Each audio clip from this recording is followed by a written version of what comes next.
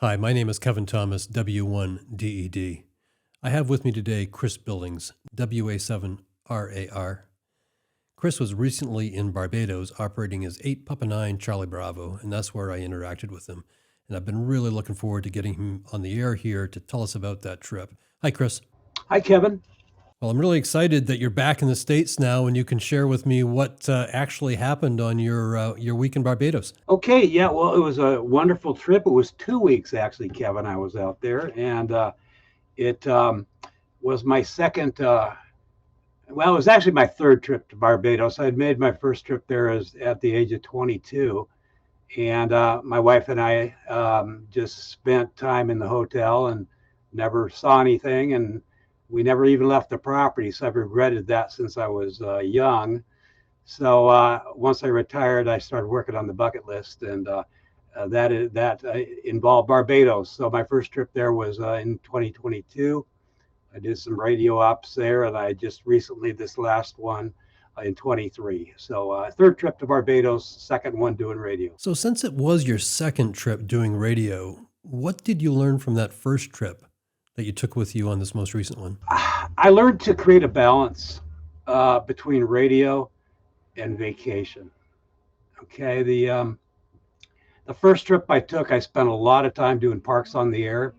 When I arrived in Barbados in 22, it has 12 POTA entities, and I looked at them all, and not one of them had been activated. So I had a country full of POTA entities, all-time new ones to attack. So I spent a lot of time doing POTA. I maybe missed out on seeing some of the sites that I really had planned on seeing on that first trip. So this next one, I tended to coordinate my activations around sites that I wanted to visit. So I go do an activation, then I go see the site, or vice versa. So every day had both radio and sightseeing. You know, I think that's a great place to start, Chris, and I'm glad you did. This idea that we're on vacation and we'd like to do some radio operating is very unique as compared to, say, a full-scale de-expedition or an effort where people are trying to be all bands all day long, all week long. I think that giving ourselves the permission, yes, you can take the gear, you can operate for 6, 7, 10, 12 hours, but there's still other things to do to make it a vacation. So thank you for giving us permission to do that. You're very welcome. I think it's the only way to do it. I was solo on both these trips. I had no family with me, nobody. So I mean, I didn't have to take anybody else's ideas of what we're going to do in the day. I just made my own choices. But anybody with a family would certainly probably want to consider combining some family time into some radio time. Maybe pick a nice, beautiful location where you can do an activation or do some radio ops, and the family can enjoy that beautiful beach for a while. And so can you when you're done doing radio. Well, my recent trip to St. Vincent, where I activated a couple parks in their parks, that's where you and I had a QSO. My wife was with me, and the way I structured it was I operated for a couple hours max during the day, and a couple occasions I went back at nighttime. But it seemed to work out really well. I had my opportunity to play radio and still enjoyed the week. I've got to say, though, it was hard to shut the radio off when you have a lot of people looking, in my case, looking for the J8 and some pretty significant pileups. But I had to be disciplined and say, okay, no, I can't go for another hour. Did you ever experience that where the clamor for the QSO was just too great, you couldn't turn it off? I did. It you end up in a DX cluster, and I was doing parks. I was doing mainly parks there, but you're certainly going to end up on the DX cluster and have people other than POTA hunters trying to contact you. So it tends to be nonstop. And yes, I did. I hit a time where it's getting late. I did not want to drive at night there on the roads on the east side of Barbados, especially. They're a little challenging. So I had to shut things down just to get home before it got dark. So tell us about the gear that you were using. I mean, particularly if you're operating right up until dark. What I found with POTA in general, the gear needs to be not only portable, but easily set up and easily taken down. especially if you're working in a location that's not usual for you and at nighttime. What do you use for gear? Well, I use the same gear I use for POTA at home here in Oregon. I went there with the idea. Actually, I don't attach to trees and I don't pound stakes in the ground. So I have a quarter wave vertical I use. It sits on the ground. It has 12 tape measures for counterpoises for radials, and I use the telescopic 17-foot whips on that.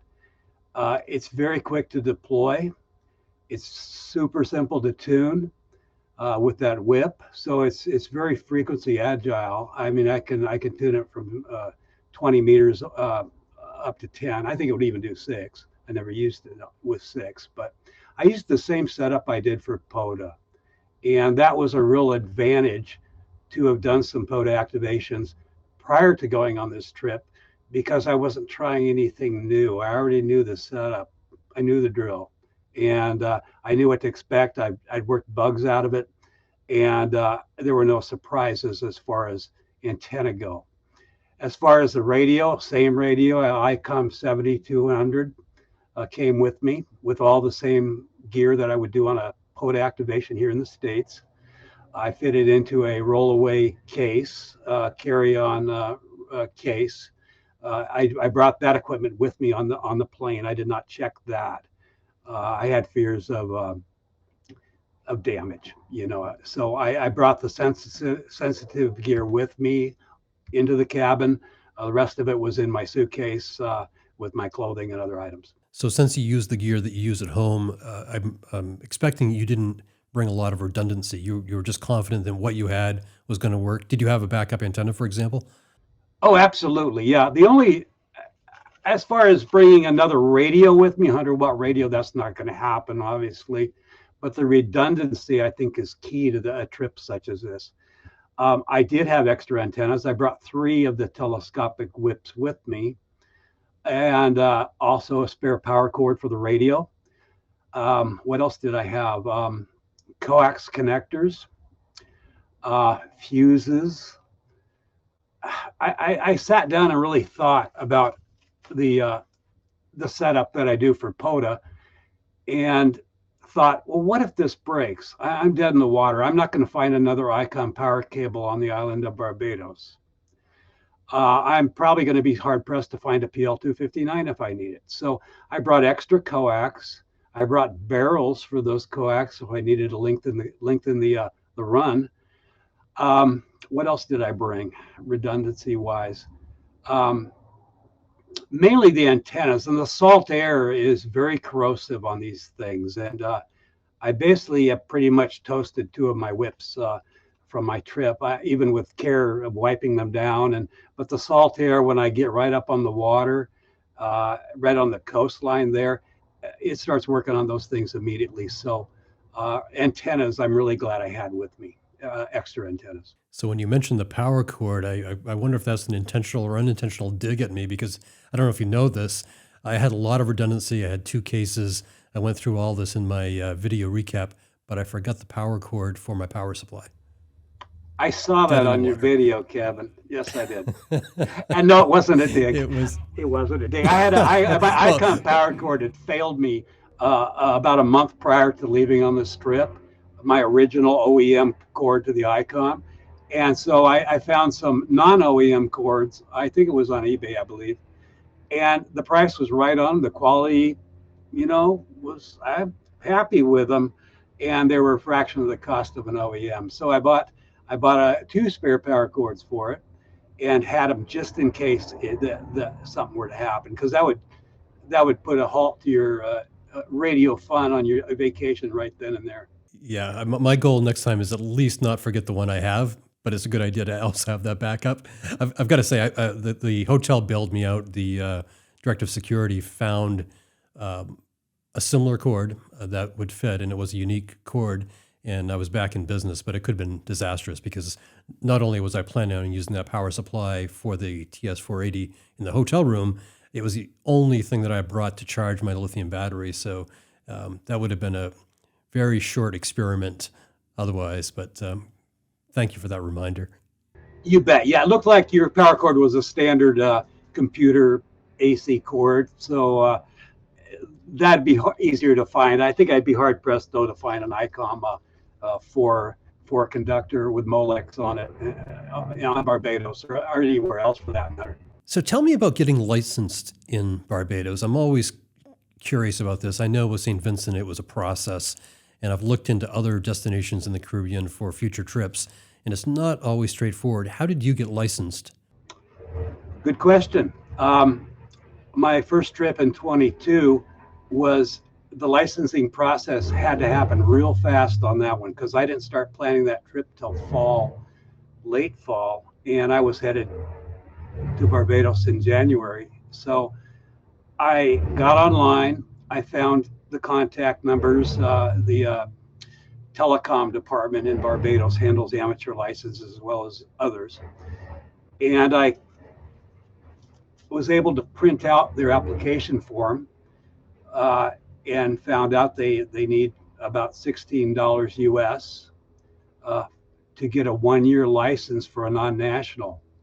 And it'll be an 8 pop on 9 when you're not a citizen there. So I quickly filled out this form. It was very simple. I sent a copy of my passport, copy of my U.S. amateur license, and I FedExed it to them. And that was a little expensive to do, but I wanted to make sure that A, it got there, B, and I knew when it got there, and C, who got it at the office, because I knew my time was really tight on that. I did not hear back from them. It was getting down toward getting pretty close. So I actually made a phone call to the office in Bridgetown, Barbados, to inquire about the status of my license. It had already been issued. The call sign 8 Papa 9 Charlie Bravo had already been issued. I just hadn't heard back from them. So I think you mentioned this in your video, one of the videos you did for St. Vincent, that it may take a little prodding or a little inquiry to make sure that your license is indeed issued and it's on the way. But mine was, and it's good for a year, or was good for a year. I renewed it again for 23. It's a simple process, and they've actually gone to an online renewal process for Barbados, whereas in my case, it was all paper and through email or mailing. But now they have an online portal to do this, and it'll be interesting to see how that works. That's good information, Chris. I appreciate you sharing that. And yes, my experience mirrored that. I had started the process a little bit too late in the game. Also sent it overnight, cost some money to get it there, and then just had to continually stay in touch. But the clock was ticking. I was ready to get on a plane in a day, and I called, and they gave me my call sign over the phone and told me it had been approved. And the actual paperwork arrived while I was in St. Vincent. So just a good reminder, not only to start the process early, but I think just being respectful and following up wasn't a bad idea either. No, it wasn't. And I'm not sure if I would have heard anything in time, but so it was prudent, I think, to contact them just to make sure things had flowed right, and they have the license issued before you leave. You know, you might need to print things up. But whatever you do, don't drag your feet on getting the license in your hand before you go. Don't wait till the last minute, because you may be running into trouble with that. And I think you didn't bring a lithium battery. You operated off a rental car battery. Was that correct? That is correct. I have a tale to tell on that one. With both years I was in Barbados, I did operate off my rental car battery. Well,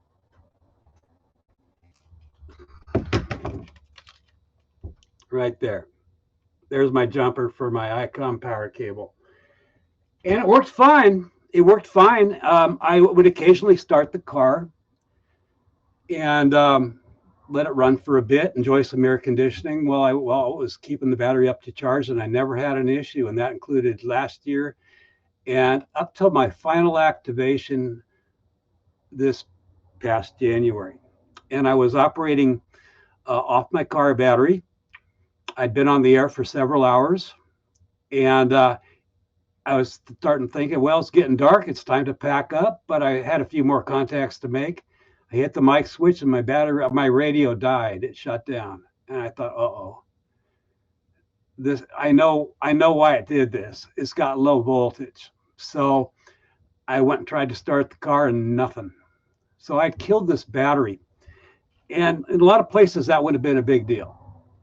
This particular location was it was 8 Papa 0012, and this is a swamp area. It's not all swamp, but it's Chancery Lane Swamp National Park in Barbados. It's nearby the airport in Barbados, and I found a real nice spot to activate back there. I drove back in my little 4-wheel drive and got off the main road, and I found a beautiful location right on the beach. Well, I was just off the beach, and it was way back in the trees, and there was nobody around. I wasn't bothered at all. So I have a dead battery in possibly the worst location I'd ever been at on Barbados, and it's getting dark outside. So I was a bit worried, thinking, what am I going to do? But fortunately, I had made a couple of friends in Barbados already.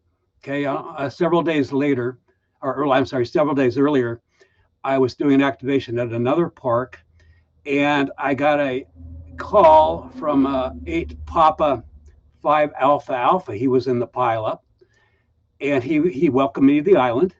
Okay, and I knew obviously he was on Barbados.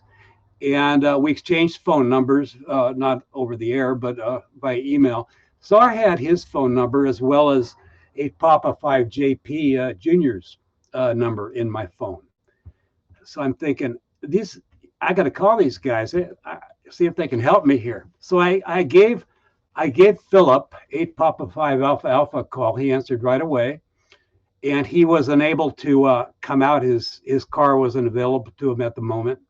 But he called Junior, the other gentleman, 8 Papa 5 JP, and Junior then gave me a call, and I got him my location, and he brought a friend of his. I believe his name was Roger. He worked for the fire department there, and he was familiar with some of these back road areas. So he found me, and I'd actually walked out to the main road by now to make it easier for him to locate me in the dark, and that was a challenge. But he found me. They had a battery jump start pack, and they got me going. So we got out of there.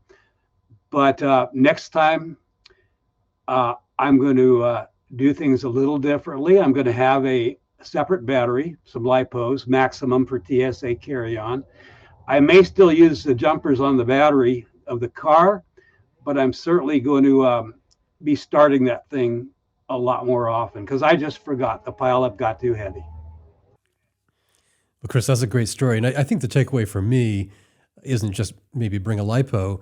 I like the idea that you'd already made a connection with a couple of hams on the island. And after you'd originally told me that story a couple of weeks ago, I put it on my checklist. The next time I go overseas, go to a foreign country to operate, and I will, I definitely want to do that as quickly as possible. Just connect with somebody locally. First of all, I think it'd just be interesting to meet hams in that locale. But from a backup standpoint, when you need help, brilliant. Well, these guys, I can't speak highly enough about them. I mean, in Barbados, it's a tight-knit group. I think there's about 300 and plus amateurs on the island. Not a big amateur community, but I can tell already these guys are a tight-knit bunch. They're very welcoming. They're very helpful. There's one more I'd like to mention, another local amateur there, and that would be 8 Papa 6 Papa Echo. He has done some POTA since I left there. I left 4 all-time new ones on Barbados. I did not want to drive into urban areas because of the reversal of the lanes in the steering wheel. Being a U.S. driver, I didn't feel comfortable driving in an urban area. In a rural one, I was fine. So I left 4 of those behind. Well, 8 Papa 6 Papa Echo Ismail has activated all those since I got back. And now Barbados has been totally activated for Parks on the Air, every island there. And we even were able to add a new park there, and that was from information I gained from these guys. There was one park at Botanical Gardens, National Botanical Gardens, and it was not in the POTA database. It was not an entity, and it met all criteria for it. So I'm the mapping coordinator for Barbados, thanks to Jason with POTA as of last year. So I did the research on it, got some information from these guys, and we had that park online that night, and I activated it the next morning on it. So it's now a new park out there, 8 Papa 0013. So this might be a good opportunity to forewarn anybody if they decide to go to a foreign country that hasn't been activated for POTA before. There's a great likelihood that Jason's going to volunteer you to be the mapping coordinator, because I am that now for St. Vincent. Well, I tend to agree. I talked to Jason in 22 and on Slack, and he had me pretty much penciled in for the coordinator, which I have had no problem with, and I'm glad I did, because we were able to get that park going. Absolutely, I feel the same way. I still have a little bit more work to do. It was somewhat difficult to identify all the parks based upon the information I could find online. I've got 17 set up so far. The thing about St. Vincent and the Grenadines, many of those parks are on difficult to get to islands, so it probably will take some time for those to be activated. But on St. Vincent proper, there are probably a half dozen very accessible parks that I would hope to get back to in the future. I stayed on the island of Kennewan and activated Kennewan as well as Tobago Keys, so I didn't make it up to St. Vincent. What's your next Parks on the Air out of the country trip that you're planning, Chris? The exact same place I just came back from. I'm going back again. I stay at an Airbnb. I don't stay at a hotel. I found an Airbnb there I just love, and it'll be my third trip to the same place. It'll be in January 24, and I'm going to do pretty much the same thing I did this last trip: do some POTA, do some more sightseeing, and just enjoy the warm weather during the cold and wet winter. But yeah, the next one coming up is going to be Barbados again, and I feel much more comfortable there. I've got to know my way around a little better. My driving skills have gotten better in that reversed environment, and I just really enjoy the place. So I'm headed back there again. That's fantastic. And what about back in Oregon? Are you back activating the parks? I've done some. I have. There are not a lot of parks concentrated close to me here where I live, so I tend to hit the same ones. So I've that makes for a lot of kilos, but I've done some activations since I got back, a few of them here locally. Yes. Fantastic. And on a final note, do you have any observations for us about Parks on the Air? Any thoughts about it? Any hopes for the future for Parks on the Air? Well, one thing I am seeing is a lot more DX getting involved with it, which is wonderful. I mean, a couple of years back, it was a rare occurrence to get a DX POTA, and now they're really starting to show up. So the expansion on DX is really encouraging to me. I think it's brought a lot of new people into the hobby, younger people also. I think it's really done a lot for amateur radio, and it continues to grow. So my hope is it continues to grow, and the DX entities continue to be put into the system. And I think we've got a real good thing going here for Parks on the Air, personally. I couldn't agree more. I think it's been great for the hobby, and for me individually, it's been fantastic to be able to leave the house and enjoy the fresh air, set up in a very simple way, and make a couple hundred QSOs in a couple hours. It's been a blast. Yeah, I went out there without the intention of putting thousands of contacts in my log. Really, what you just said, I just enjoy getting out and operating portable. And if you can do that in a beautiful place that you'd like going to, be it a Caribbean island or up in the mountains or wherever you're going to go, that's what I went there for. You know, I wasn't there to just rack up kilo after kilo after kilo. I just and I did okay, but I wasn't really going there for quantity. I was going there for quality of vacation. No, that's smart. I think it's kind of hard not to, though, when the pileup starts. I mean, you start accumulating the QSOs without even thinking about it. They do pile up. They do pile up. I actually had my best day in POTA as far as QSO count on the island at that new park. And that was only 220 contacts, and that's peanuts to a lot of people. But to me, I don't go real rapid fire on my contacts very often. I kind of take my time, and for me, 220 contacts was an all-time record. Well, I really appreciate you taking the time to share some of these stories today, Chris. It was my pleasure. I enjoyed it. Looking forward to another trip. Where are you headed next, Kevin? What do you got in store? I don't know yet. I wasn't expecting that question. I've been looking at various Caribbean islands. I'd like to go someplace different. This is the second time to St. Vincent. The first time I did try to activate. Actually, I wasn't a park at the time. I just tried to operate, and I had just had my license for about 30 days, and frankly, I was too inexperienced, didn't have the right gear to do it properly. I think I made 24 contacts as compared to 1,100 contacts this past trip. But I would like to try some new place. I'll have to get back to you on that. Don't know. Okay, well, we're going to look forward to it. I think once you do it, once you make one of these trips, you're going to do another one. I'm pretty sure. So I would bet that we're going to see you out and about here within the next year or so, doing another one of these. Maybe not on St. Vincent, but maybe somewhere else. Well, before I go to a foreign country, I do hope to take my gear to California. I'm going to be out there to see my stepson in April of this year, and I hope to take the gear on the plane and activate a couple parks at Huntington Beach and get at least California on my activated states list. Absolutely. I have yet to do that, and I'm not far from the California border where I live here, but there's just not a lot of parks right over the border. I am taking a trip here in late May through Nevada and California, so I'll be greening up a couple more states for activations, but nothing major though, and maybe not a lot of POTA, but just kind of a road trip. But the radio's coming with me. Perfect. I've been talking to Chris Billings, recently 8 Papa 9 Charlie Bravo. If you're planning a trip to Barbados to activate for Parks in the Air or just to operate, you should probably give him a call. Thank you for joining me, Chris. Thank you, Kevin. I appreciate it.